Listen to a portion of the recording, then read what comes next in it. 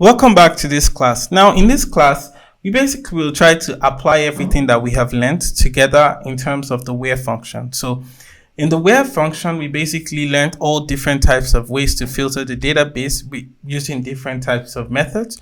So, first we looked at mathematical numbers, and then we looked at in and not in. And then we looked at like and not like, basically, and also we looked at between. Now, in between that, we basically also learned like and or. So how to basically combine different types of,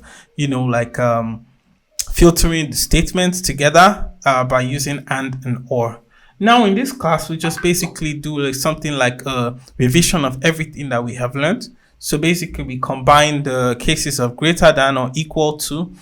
We combine it together with like the and. We use the and or to basically combine it. So first, when we look at this case, now maybe we have like this full data set here, and then we decide that we only want to print out maybe the data set for maybe, for instance, would like to only print like the case number that starts with H, for instance. So first we say like the first condition is the case number should start with H. So we say we're looking for case numbers that start with H, right? So where it is like H.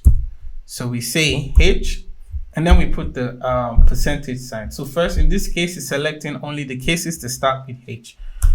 And we also would like to put it in between, maybe like we would like to put it in between a certain period. So your certain date period. So first, maybe in between 2015 to 2016. So basically here we just say, okay, and the date should be between, so the date between so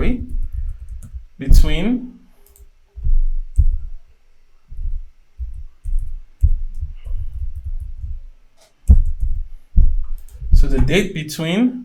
So we copy this exactly the way it is and we put it into brackets. So because then we're working with dates. So basically we just say like we come here and we change it. So we only want data for maybe 2015. So we come here and put a 000, right? And so for between we put the and then we just copy this and change it to 2016, right? So it should be between this and 2016.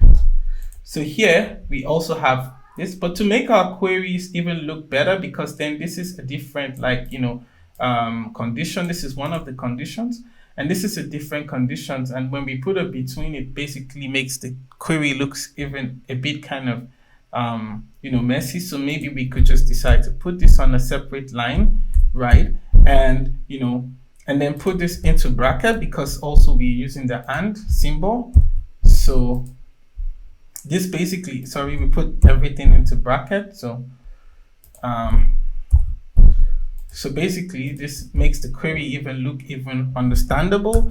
And maybe we also like to combine another situation. Maybe we're saying like we only want to see the cases where we only want to see for instances where the word is basically more than 10. So basically we're looking for cases, and so word is maybe more than or maybe more than 10, for instance. So for instance, in this case, we also filter in by this. And also we'd like to combine the case also for another case where, say we would like to combine a couple of categories. So we want to see categories like resident, and also maybe resident garage. Let's say resident and say like alley and street. So this is the ones we would like to see. So we come here and we see the location description. So if we want to see and location description is in, we kind of went through the in. So we have the resident, which is one of the cases we'd like to see. So we combine it here. We put it into we put it into this kind of quotation because it's a string. And then we take the alley as well, which is basically another like instance that we would like to see the location description. And then also we take like a small retail store, which is like the final part where we would like to see the location description, right? So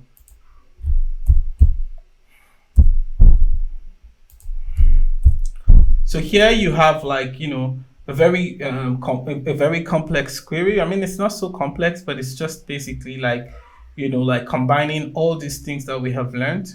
I mean, or maybe just some part of it, but I mean, like combining everything together into one query, and using it to like build a certain type of using it to build a certain type of query. So basically, what we expect in this case is we want to see cases where the case number is starting with a H, and then the date is between 2015 and 2016. I mean, and then also the word is more than 10, and then the location description is, within this examples. Now, so I could basically include the date because then we also have the date here. So basically we include it here so that we can, check our answer and make sure it's correct. Now, if you notice, we also used and or true because like in, this particular question, we want to see, situations where everything is happening at the same time. So we don't want to see, we don't want to put the flexibility of, either